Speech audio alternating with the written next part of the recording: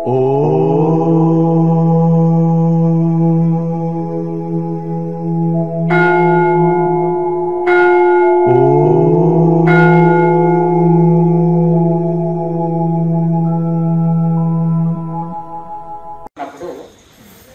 ఇక్కడ చేసేది కాకపోతే కొద్ది వాళ్ళకి మనసు నిలవకుండా ఇట్లాంటి పరిగెత్తుతున్నప్పుడు ఇష్టదైవాన్ని స్మరణ చేసుకోవచ్చు. కూటస్థ చైతన్యాన్ని లేదా ఓంకారాన్ని భావన చేసుకోవచ్చు. కూటస్థంలో ఆజ్ఞచక్రంలో లేదంటే మనం ఆత్మభావనలో దైవ భావనలో ఉండిపోవచ్చు. ఇష్టదైవ భావనలో ఉండొచ్చు, ఆత్మభావనలో ఉండొచ్చు. మనసు ఇటు చెదరకుండా ఇటు వెళ్ళకుండా ఎటు వెళ్ళినా తిరిగి మధ్య ఆజ్ఞచక్రంనే నిలుపుకొని ఉండాలి. రెండు రూపాలు. భగవంతుడికి నామం లేదు, గుణం లేదు, రూపం లేదు. ఎందుకంటే ఈ అన్ని శిల్పకళలు, ఫోటోల లెక్కన, చిత్రలేఖనం లెక్కన ఇవన్నీ మనము ఏర్పాటు చేసుకున్నవే. ఇవన్నీ కూడా నిగ్రహం కోసం ఇవన్నీ ఏర్పాటు చేసుకున్నవే. కానీ యోగులు నిరాకారాన్ని ధ్యానిస్తారు. భగవద్గీతలో చెప్పినట్టు సాకారం నిరాకారం అనేది రెండు ఉన్నది. నిరాకారం అనేది యోగులు ధ్యానిస్తారు, సాకారం అనేది భక్తి మార్గంలో ఉన్న వాళ్ళు ధ్యానిస్తారు. కానీ ఎప్పుడైనా సాకారం నుంచి నిరాకారంలోకి వెళ్ళాలి. ఇప్పుడు భగవంతుడు అనేది నా హృదయంలోనే కాకుండా సర్వజీవుల్లో ఉన్నాడు, సర్వకర్యాన్ని అయి ఉన్నాడు అనేది యోగికి, సాధకుడికి అనుభవంలోకి రావాలి. వస్తుంది. వచ్చినప్పుడు ఈ నామం, రూపము ఇవి అన్ని కూడా మాయమైపోతాయి. ఇవన్నీ ఉండవు అనమాట. స్టార్టింగ్ లో అన్ని ఉంటాయి, తర్వాత ఏది ఉండదు.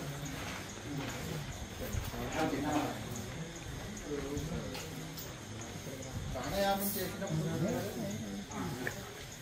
శ్వాస తీసుకునేటప్పుడు మూలాధారంలో పూర్తిగా తీసుకొని అప్పుడు పైకి రావాలండి, లేదంటే తీసుకుంటూ పైకి రావాలి? మూలాధారం నుంచి మనం ఏమి అంటే శ్వాస ఆటోమేటిక్ గా సహజ స్థితిలోనే ప్రాణాయామం సాగాలి. ఇప్పుడు మనం ఆపి తీసుకోము కదా శ్వాసని, అలాగే అలాంటి శ్వాసనే, కాకపోతే దీర్ఘ శ్వాసని తీసుకుంటున్నాం ఇక్కడ. ఎలా అంటే మనము ఒక బెలూన్లోకి మనం గాలి నిండుగా నింపినప్పుడు మూతిని చిన్నగా పెట్టేసి వదిలితే ఎక్కువ సేపు వదులుతాం. ఒకేసారి మూతి తీసేది అది మొత్తం ఓపెన్ చేసినామనుకో గాలి ఒకేసారి వెళ్ళిపోతుంది. అలా ఇక్కడ కూడా మనం శ్వాసని కంట్రోల్ గా తీసుకుంటున్నాం. అయితే మూలాధారం నుంచి సుష్మనాళి ఉంటా కంఠం ద్వారా లైట్ ని శబ్దం చేస్తూ కంట్రోల్ గా నెమ్మదిగా తీసుకుంటున్నాం. అలా నెమ్మదిగా తీసుకొచ్చి ఆజ్ఞచక్రం మూలాధారం నుంచి సుష్మనాళం తీసుకొచ్చి ఆజ్ఞచక్రం తెలుసుకుంటున్నాము. అక్కడ శక్తి కొరచి ఆజ్ఞచక్రంలో బంధించడం, మళ్ళీ ఆజ్ఞచక్రం నుంచి స్లోగా తీసుకొచ్చి మూలాధారంలో ఇవ్వడం.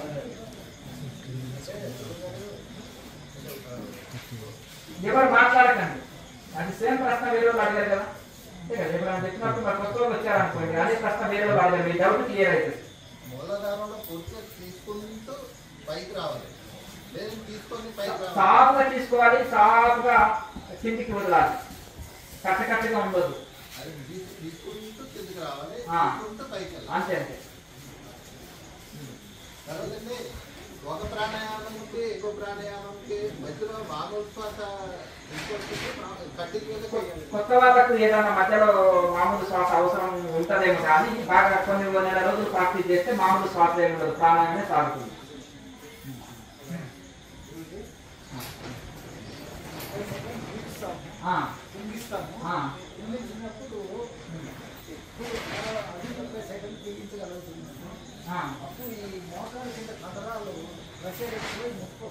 బలవంతంగా చేయకూడదు, శరీరం సహకరించినంత చేయాలి. పెద్ద వయసు వారు కదా, ఎంత 75 ఉంటుందా, 74 అంట. పెద్ద వయసు వారు కదా, ఎక్కువ చూస్తూ చేయాలి.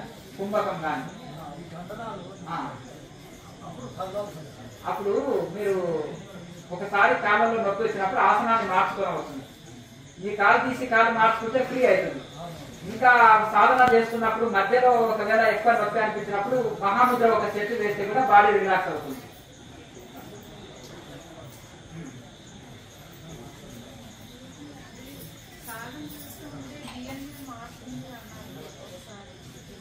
ఎంతకాలం చేస్తున్నారు ధ్యానం? 2 ఏళ్ళు అవుతుంది. మీరు సాధారణ నార్మల్ ధ్యానం చేస్తున్నారా? ఇక్కడికి వచ్చి మీరే కానీ చేస్తున్నారా?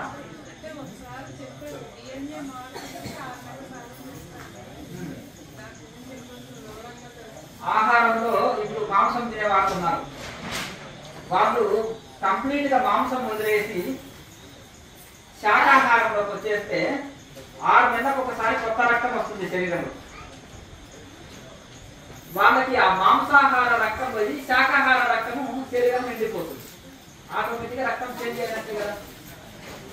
ఈ యొక్క ఆధ్యాత్మిక సాధనలు ఎవరైతే చేస్తుంటారో చేసినప్పుడు ఆహారంతో ఎక్కువ చేంజ్ అవుతుంది, తర్వాత ప్రాణాయామంతో చేంజ్ అవుతుంది, నార్మల్ ధ్యానంతో చేంజ్ కాదు. కేవలం ఆహారం ఒకటి చేంజ్ చేసే శక్తి ఉంటుంది, ప్రాణాయామంతో చేంజ్ చేసే శక్తి ఉంది, దేని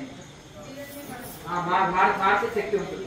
ఇప్పుడు ఒకటి మొదలు తమో గుణము తిండి నిద్ర భోగాల్లో కొట్టుకొని పోతాడు. రజోగుణము దాంభికము అహంకారంతో జీవితం పోతుంది. సత్వగుణము గుళ్ళు గోపురాలు ఏదో ధ్యానం ఆధ్యాత్మికం అని గడుస్తుంది. ఈ 3 రకాల గుణాలు ఉంటాయి. అయితే ఈ యొక్క తమో గుణస్తులు ఈ యొక్క సత్వగుణంలోకి రావాలంటే కేవలం ఆధ్యాత్మిక సాధనతోటి అది సాధ్యమవుతుంది. అంటే ఆధ్యాత్మిక సాధనలో మేము చెప్పేది ఏంటంటే ఆహారంలో మార్పు చేసుకోవాలి. నియమాలు పాటించి ఆహార నియమాలు పాటించి నిరంతరం ఎవరైతే సాధన చేస్తుంటారో ఆటోమేటిక్గా వాళ్ళలో మార్పు వస్తుంది. సత్వగుణంలో కొడతారు, సాత్విక ఆహారం ఇష్టం ఉంటుంది. ఆధ్యాత్మికంలో వచ్చిన తర్వాత క్రమశిక్షణ డిసిప్లిన్ ఉంటుంది. జీవితం టోటల్ గా చేంజ్ అయిపోతుంది. కొంతమంది ఆధ్యాత్మికంలో వచ్చినాక టోటల్ గా చేంజ్ అయిపోతారు. అంతకుముందు మాంసం లేని ముద్ద దిగలుగుతుంది, భయం లేని ఒక పూట ఉంటారు. అటువంటి వాళ్ళకి ఎంత మార్పు వచ్చినప్పుడు ఆటోమేటిక్గా వాళ్ళ సహకారంలోకి వచ్చినప్పుడు వాళ్ళ రక్తం చేంజ్ అయిపోతుంది. 6 మంత్లో వాళ్ళ సాధన చేసినప్పుడు వాళ్ళ మానసిక ఆలోచనలు ప్రవర్తనలు ఇవన్నీ మారిపోతాయి. కొంతమంది కంగారు పడతారు చుట్టూ ఉన్న వాళ్ళ ఇంట్లో ఏమైతారో ఏంటో కానీ ఏం కావాల్సిన అవసరం లేదు. మంచి మారింటూ బాగుపడదు అంతే. బాగా వెళ్తే భయపడాలి, బయట తిరిగితే భయపడాలి, కానీ మంచి ఆధ్యాత్మికంలోకి వస్తే భయపడతారు. అదేం చింతనో గుళ్ళు గోపురాలు తిరిగి పూజలు చేస్తే నో డౌట్ భర్త గురించి భార్య ఏమి భయపడదు. ఇక భార్య కూడా పూజలు నవ్వులు రకాలు చేస్తే నో డౌట్ భర్త భయపడదు. కానీ అదేం చిత్రమో ఇంట్లో కూర్చొని కళ్ళు మూసుకొని ధ్యానం చేస్తేనే భయం. సన్యాసం దగ్గర ఆశ్రమాలకు వెళ్ళిపోతారా ఎక్కడ నెగ్గుతారా అనేది ఒక భయం చూస్తున్నది. అది భయపడవలసిన అవసరం లేదు. అర్థమంటే కదా. ఇది భగవద్గీత విన్న అర్జునుడే సన్యాసం తీసుకోవాలి. అర్థమైంది కదా. కర్తవ్య కర్మనే గుర్తు చేస్తుంది భగవద్గీత. కొంతమంది భగవద్గీత చదివితే కూడా భయపడుతుంది. కనుక ఇద్దరు కుటుంబంలో ఆధ్యాత్మిక వైపు ధ్యాన సాధన చేస్తే పిల్లలు కూడా మారుతారు, అలాగే కుటుంబం అంతా బాగుపడుతుంది. ఇంకేం సమస్యలు ఉంటాయి.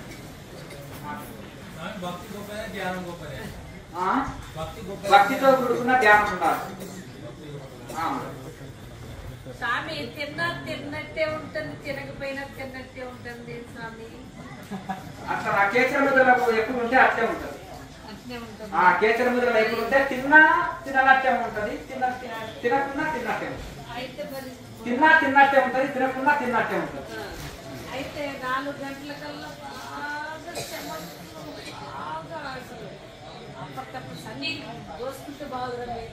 స్నానం చేసి మరి ప్రాణాయామం చేస్తే యోగాగ్ని దగ్ధ కర్మ అని.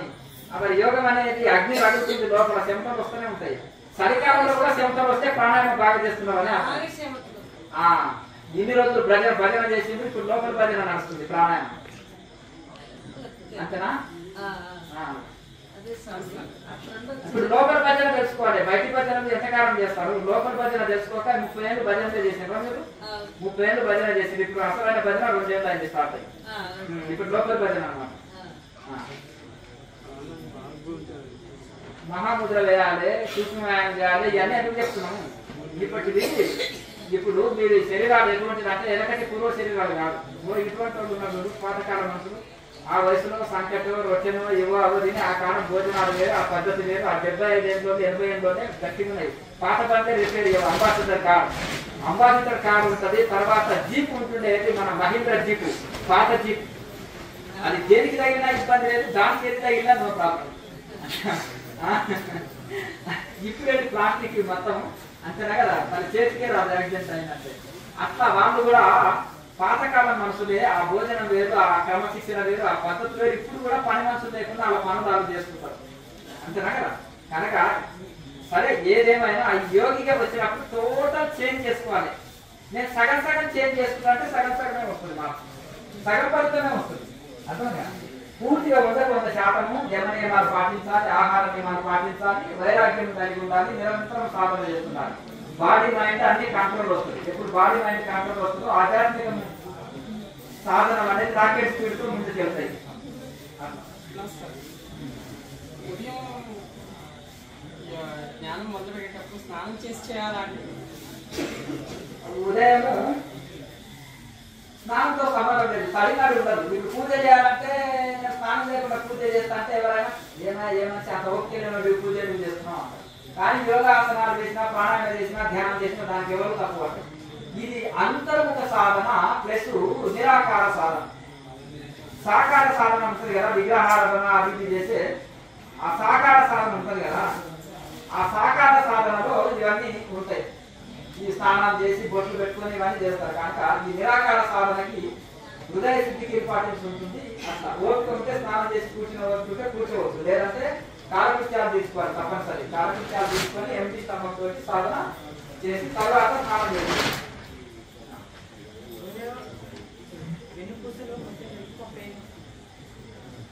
ఎన్ని రోజులు చేస్తున్నారు? దానికి కంగారు కావాల్సిన అవసరం లేదు. ఎక్కడ నుంచి అనిపిస్తే మహాముద్ర చేసి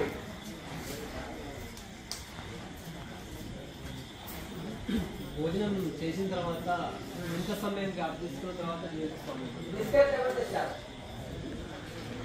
ఎవరు తెచ్చారా బిస్కెట్? ఈ బిస్కెట్లు ఇవి అది అలవాటు చేస్తారా? సాధకులకు ఇప్పుడు చాలా పెట్టి నేను తినకుండా వేరే ఇవ్వాలి కదా, ఇవన్నా ఉందా? కోతులు బిస్కెట్లు, మిక్సర్లు, పుట్టాలు తినే బిర్యానీ తినబెడుతున్నారు. అదే అవి అడిగిన పోతున్నాయా? పోతుంటే జాతరలు పోతుంటే మంచిగా వాటికి టమాటాలు ఉంటాయి. 5 రూపాయల కిలో, 2 రూపాయల కిలో. నాకు సంచి 50 కిలోల సంచి తీసుకుపోయి దాన్ని పెట్టుకోవాలి.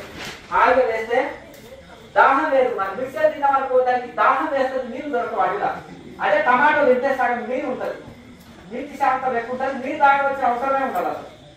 వాటి పొట్ట నిండిపోతుంది, డైజెషన్ బాగా పనిచేస్తుంది, ఆరోగ్యం బాగుంటుంది. వాటి నీరు క్యారెట్ లేకపోతే కూరగాయలు ఉంటాయి కదా, క్యారెట్ బాగా ఉంటుంది, టమాటోలు వేయండి, లేదంటే మన ఫ్రూట్స్ వేయండి, ఇంకేదా వేయండి. కానీ కోతులకు బిస్కెట్ అవి అంటే గొంతు ఆడిపోతే ఎక్కడ వాడు వీళ్ళకి ఎండాకాలం చేస్తున్నారు బిస్కెట్. అట్లా చేయదు ఎప్పుడే కానీ అటువంటి పదార్థాలు ఇది. ఇక్కడ ఈ ఆశ్రమాలకి గుళ్ళకి వెళ్ళినా కానీ ఎప్పుడే కానీ మిక్సరు ఇవి ఉంటాయి కదా, ఇవి అవి తీసుకురావచ్చు. ఫ్రూట్స్ ఉంటే అందరికి తలా ఒకటి ఇవన్నీ ఉంటాయి. ఒక స్వామిదే బిస్కెట్ మంచి తినొచ్చేమో అనుకుంటారు అందరూ. అట్లా అర్థమైందా? Dry fruits okay, dry fruits అవి ఉంటాయి కదా, పంచి వచ్చేది ఇబ్బంది. ఎంత సమయం గ్యాప్ తీసుకోవాలి? 3 hours గ్యాప్. ద్రవాహారం తీసుకుంటే 1 hour గ్యాప్.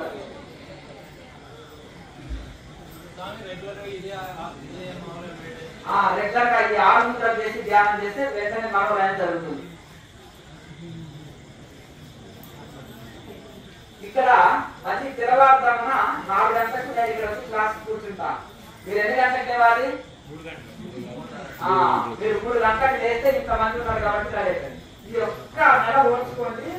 నెక్స్ట్ నెల మన క్లాస్ రూమ్ లో ఒక 10 రెడీ అయింది. తర్వాత మనకు ఒక హాల్, చాలా పెద్ద హాల్ రెడీ అవుతుంది, స్టోర్ రూమ్ అన్ని రెడీ అవుతాయి. మీకు ఒక్కసారి కొంచెం మీరు ఓర్చుకొని సహకరిస్తారు. అర్థమైందా? తర్వాత అందుకని 3 గంటలకు కొంచెం ముందే లేచి ఉంటుంది కదా, ఆ లోపల ఏదంటే భాషలు కాకపోతే ఇక్కడ ఒక శాస్త్రీయ పద్ధతిలో మన సాధనకు డిస్టర్బెన్స్ జరగొద్దు.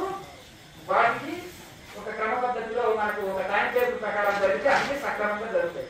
కనుక మీరు 3 గంటలకు లేచి 1 గంటలో రెడీ అయ్యి కరెక్ట్ 4 గంటలకి ఇక్కడ వచ్చేస్తే 4 నుంచి 6 వరకు మా సంబంధం కానీ కొత్తగా పరిచయం అయిన వాళ్ళు చాలా డీప్గా వెళ్ళిపోతారు. ఫ్రెండ్షిప్ అదే చిత్రం కానీ డీప్గా అర్థమైంది కదా.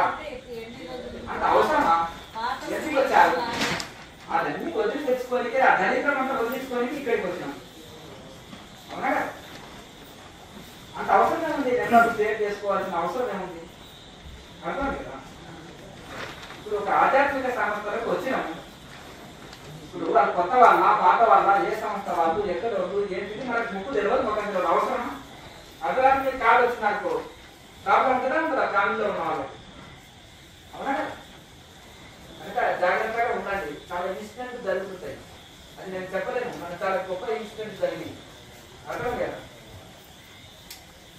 అర్థమైంది కదా? కనుక ఆ విధంగా మీరు అటువంటి పని చేయకండి. అర్థమైంది కనుక ఇక్కడ ఇది అన్ని సజావులు జరగాలంటే రూల్స్ స్ట్రిక్ట్గా ఉండాలి. ఇప్పుడు భవిష్యత్తులో కూడా ఇక్కడ ఎవరైనా చేయాలి, ఎన్ని రోజులు సాధన చేసుకునే అవకాశం ఇస్తాం. కానీ రూల్స్ బోర్డ్స్ అన్ని బిగించి ఉంటాయి ఇక్కడ. అర్థమైంది కదా? అంటే ఇంకా వసతులు లేనప్పుడు నేను అవన్నీ బోర్డులు బిగించలేదు. కరెక్ట్ గా ఇది చేసినప్పుడు సాధనలో అభివృద్ధి ఉంటుంది. పిల్లలు హాస్టల్లో చదివినప్పుడు ఎంత బాగుంటుంది sir? No phone, no TV, అర్థం కదా, నో చాటింగ్, అర్థం కదా, నో ముచ్చాటింగ్, అంతేనా కదా? కనుక మనం ఆధ్యాత్మికంలో ఎదగడానికి వచ్చినాము, ఆధ్యాత్మిక డెవలప్మెంట్ చేయడానికి వచ్చినాము. అట్లా ఇప్పుడు అసలు నోటితో కోటితో ఎవరో ఒకరు ఉండేవాళ్ళు అతి చేతి చేయడం వలన, అతిగా ఉంచుకోవడం, అతి చేయడం వలన ప్రాబ్లమ్స్ వస్తాయి. కనుక ఆ విధంగా సమస్త సందేహాలు దొరికించడానికి నేను ఇక్కడ కూర్చున్నాను.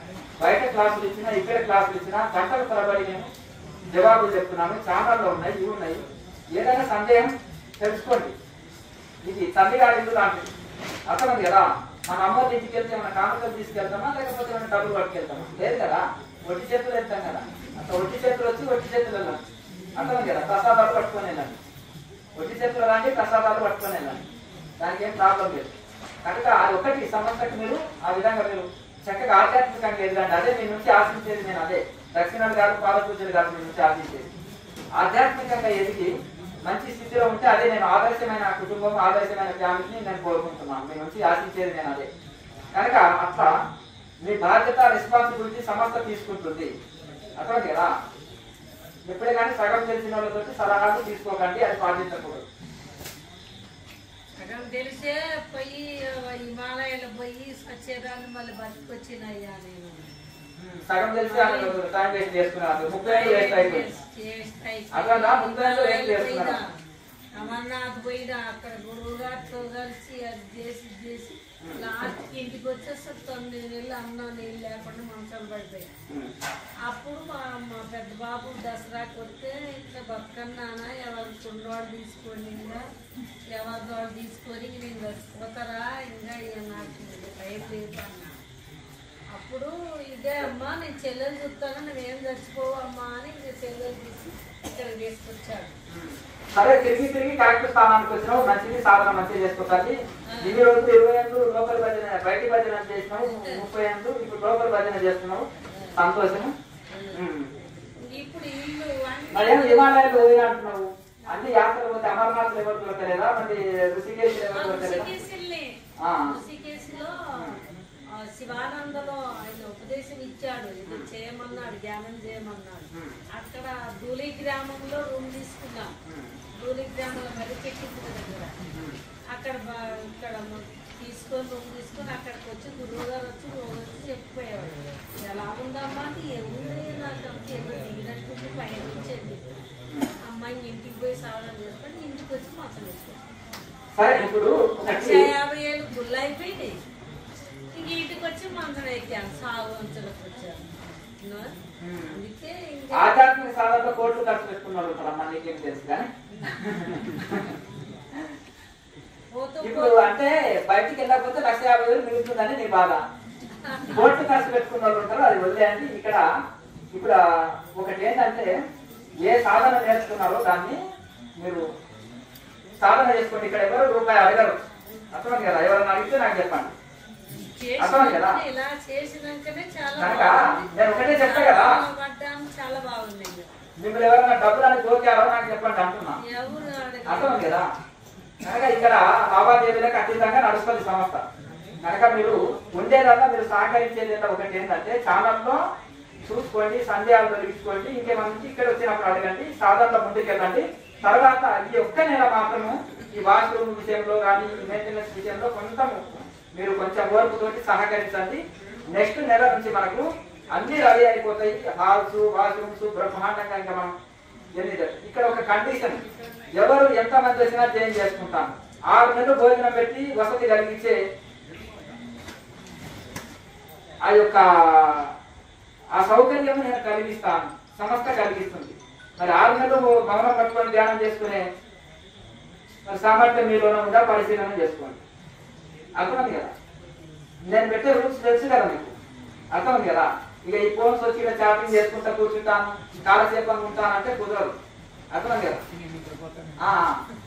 మా గురువులు పెట్టే పరీక్షలో 1% పెట్టినా మీరు ఇక్కడ కూర్చొని కూడా కూర్చోలేదు, అర్థమైంది కదా. ఏకంగా ఒంటి మీద వస్త్రాలు కూడా తీసి గంటల సభ నుంచి ధ్యానం చేపించారు కూర్చోబెట్టి, అర్థమైందా.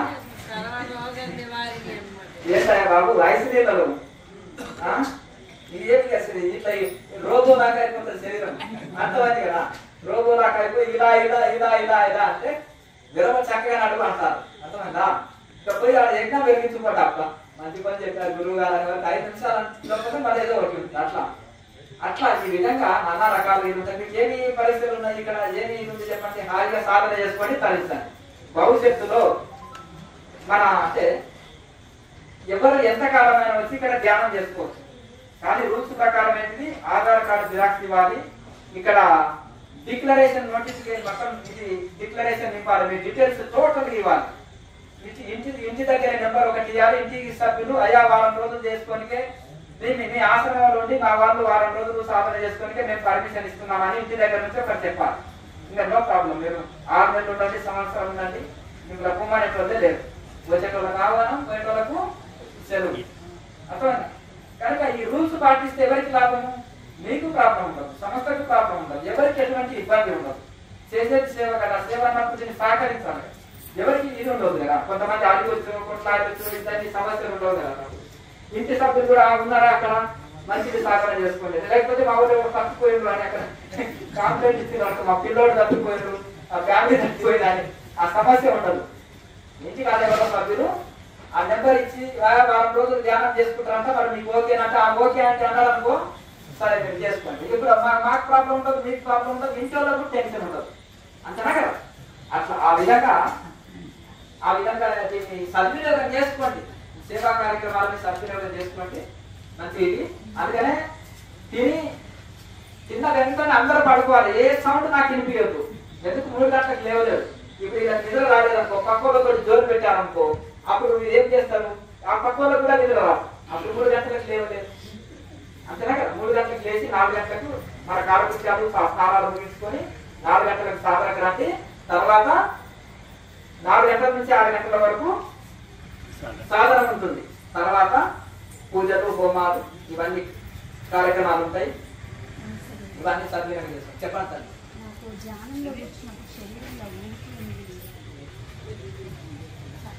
కుంభకం ఎక్కువ చేస్తున్నారా?